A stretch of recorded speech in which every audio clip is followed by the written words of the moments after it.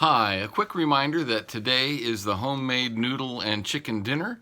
You're welcome to come by between 11:30 and 3 today to pick up some dinners to go. It's the only way we're doing it this year. There's also some other homemade treats, as well as you can buy some noodles to take home and use on your own. That's today from 11:30 to 3 here at the church. Now, on to today's devotional.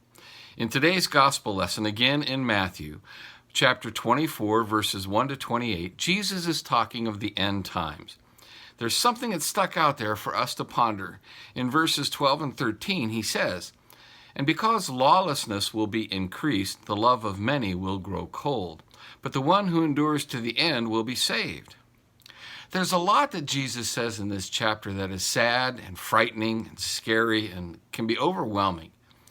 He talks of buildings thrown down, earthquakes, wars, deception, and a host of other things that portend the end of time.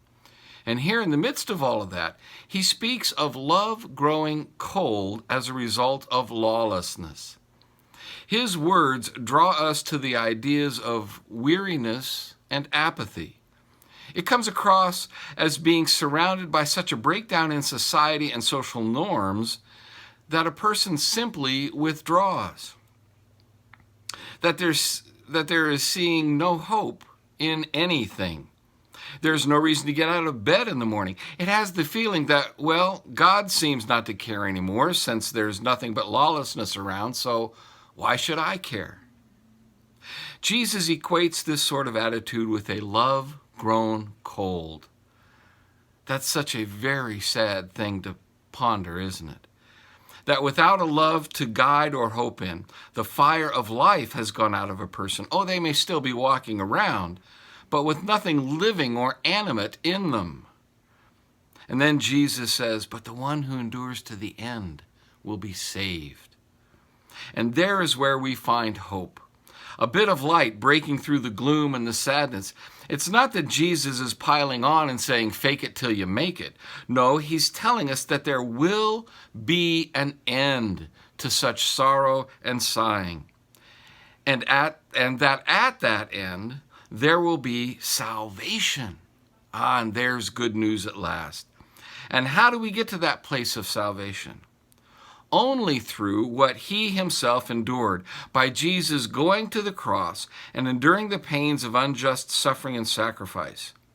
His endurance that led him through death to resurrection and life gives us a true and certain hope.